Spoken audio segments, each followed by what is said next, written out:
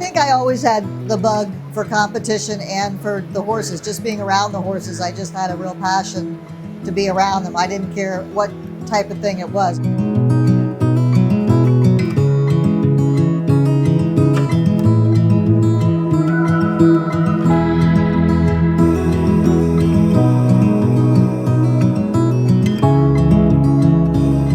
I got started with horses through my best friend in grade school, and she knew I loved animals, and when I was in kindergarten, they brought a pony by and I fell in love with them, and I always wanted to ride. I begged my parents for a long time to be able to ride because they were worried I was going to get hurt. I was probably only 8 or 9 years old, so it did take a while for me to talk them into that. They could really only afford one lesson a week. I remember begging the Kramers who owned the farm, Robert and Dorothy Kramer, if I could do anything for extra rides or extra lessons. And I didn't have enough horsemanship to work around the horses, so they let me work in. They had a dog and they had a cat kennel. So I worked in the dog and cat kennel in exchange for riding lessons and for extra pleasure rides. When I was still a junior, a lot of the ponies that I had ridden when they got sold, I helped. I remember some other ponies that I had ridden, the parents would want me to help, and I was only 15 or 16. And I would go on the road with all these kids. I started driving the truck and trailer when I was 16. He'd give me the credit card and the horse, truck, and trailer, and off I'd go. The nice hunters were great to ride. My heart was always more with the jumpers, but starting out, we did both. And riding a good hunter was always nice. Until I was probably in my later 20s, that's mainly what I rode. And I did a lot of catch riding for everybody, basically, in South Florida, because I was the only one that would ride. They'd always say, ask Margie, she'll ride anything. When I graduated from vet school in 1978, part of my duties ended up being a horse show vet at Tropical Park. And there was this young lady that would be in the ring, and it was just every other horse was Margie Goldstein, Margie Goldstein, Margie Goldstein. I'm like, who is this girl, you know? And she would literally get on 60 or 70 rides a day. And I've been chasing her ever since. I loved it. I mean, the more they asked me to ride, the better. And I was starting out. A lot of them for the professionals, I didn't charge because they were the ones that helped me get started in the business. I think Spank Deemer was my ground man and helped me at the time. And he would keep tab of how many I did. I think a couple times I think one time he said it was 76 rounds I did in one day. And it was regularly between 60 and 70. But they were mainly hunters. And that would count the hunters going back-to-back trips. But he would kind of laugh. He said, my feet never really hit the ground. They just kind of, I jump on one to the next to the next. Well, in my head, I always wanted to do the horses. I don't think my parents were too thrilled with that idea. But I always wanted to be involved with them at some point. Her ability to just get on a horse, feel what it's like, and then go in the ring and be successful. That was really how she started off, was just being this fabulous catch rider. They would bring her just horse after horse that she'd never sat on before. Once around the ring, in the ring she go and you know, nail it. But they were always for sale, so the dealers I rode for, as soon as I'd get them up to the Grand Prix level, they would get sold. It was kind of frustrating because you'd work with them. The hunters I knew that were going to be sold. There was always another hunter coming along, and that I loved the hunters, but my passion was really to get to the Grand Prix. So my father helped me, met with a lawyer, and we put a limited partnership together. We're able to put together to where I bought Daydream. He was the first one I got to keep for any length of time. He was an incredible jumper. I mean, like, had incredible scope. And she would take him into these puissance classes just because it was the thing to do at the time, and the sky was the limit. Then luckily, I think from having Daydreaming, having one that showed in the bigger classes, and people saw that I didn't just do the hunters, then I started getting sent more jumpers to ride. Daydream kind of helped me to get the nicer jumpers and more Grand Prix horses. And they were all young too. Salute was only five or six when I started riding him too. Same with Sebastian. All those stallions of Mr. Freitas, he would get them when they were young. Well, I first saw Margie at a Knoll horse show in Detroit called Detroit Motor City, which was at that point in time an iconic horse show and a crown jewel of the American show jumping calendar. And I grew up 2 blocks from there, and I would go on my bicycle as an 8 or 9-year-old kid.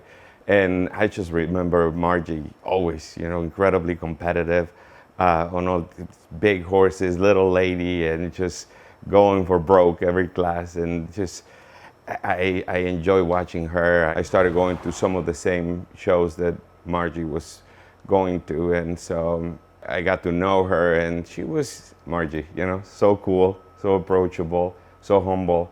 She became just someone for me to admire and learn from, and I just, she's one of those people that you meet her and you can never get enough, you just want to be around her more. I feel like even when I'm trying to be helpful, she's the one who's helping me because I'm always learning something. And after 20 years, that's a testament to her horsemanship, that I still learn so much from her, just as much as I did the first day. Well, she's always had the ability to read a horse. She's not one of these riders that has to make every horse ride her way. She's learned that every horse needs to be ridden their way.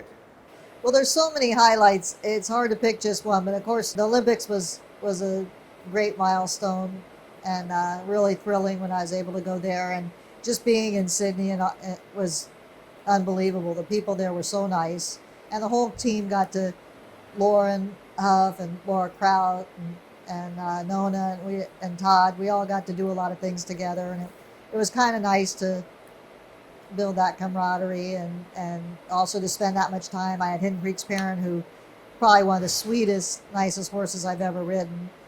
The Pan Ams were always fun. We always had a great group with us, and the first Pan Am Games I went to was in Winnipeg, and we had a great group there. It was Leslie Burr Howard and Allison Firestone and Peter Wild was there, and we had a great time. And we just missed out on the gold, but we won the team silver, and then I took Hidden Creek's parent to the one in the Dominican Republic, and we had to get at least gold or silver to qualify for the Olympics that year. It was a lot of tension to start, but we had a great time, and we ended up winning the gold medal. Aachen, I did the World Equestrian Games there. Aachen is a show in itself. I mean, it's just unbelievable venue. I've probably shown there close to 10 times. But I had Hidden Creek's Cuervo Gold when we did the World Equestrian Games there. And he was very brave.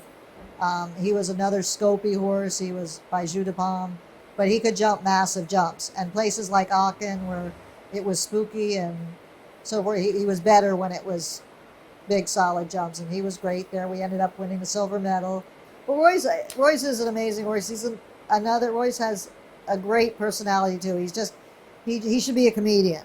He's just one of those horses that he just makes you laugh, but he thinks everyone's there for his entertainment. He's been amazing. He's won numerous, I think he has over top 10, top 3 finishes in 5-star Grand Prix, and he's won well over $2 million in prize money.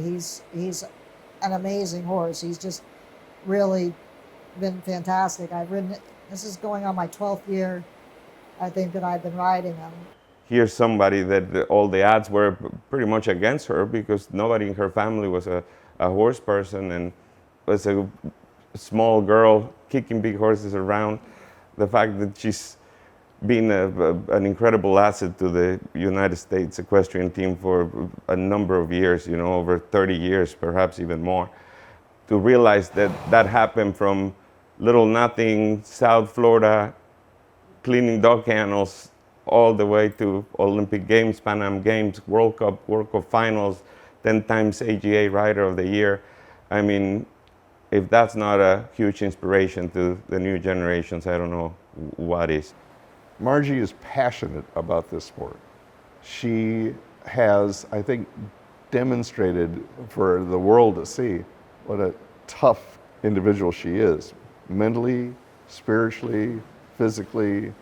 When she goes into the ring, there's no gimmies here. I mean, she's not riding for second place. Her passion has been spread out into doing, being involved in so many committees because she wants to see the sport on that city path forward. And she has spent a lifetime achieving, for the sport. I just think it's an honor to be able to give back in any small way you can. This industry has given so much to all of us. I've been very fortunate and it's given a lot to me. So in any small way that I can do something to give back, I try and do, whether it's through governance or just being on some of the committees or being as helpful as you can in any aspect and trying to help in any positive change that you can for the industry. For me, getting the USHJA Lifetime Achievement Award is amazing. It's just hard to put into words. I'm humbled by having this award. I think of other people that have gotten it, and I just feel honored to be in that group of all of them, but probably partially because I've tried to give back whatever I can. But I think that's our duty, and it's my honor to be able to give back. I'm just feel privileged to be able to do anything I can for the industry. People still coming up to her going, "You've been my hero since I was a kid." And you're kind of like, "You're really making me feel old now, you know that, don't you?" She gets that just constantly where, she just keeps drawing the people in and they love her. And we go to these shows and she comes in the ring and the crowd cheers for her. She's 5'1" and tiny, and what she can do with those horses is just unfathomable to most people.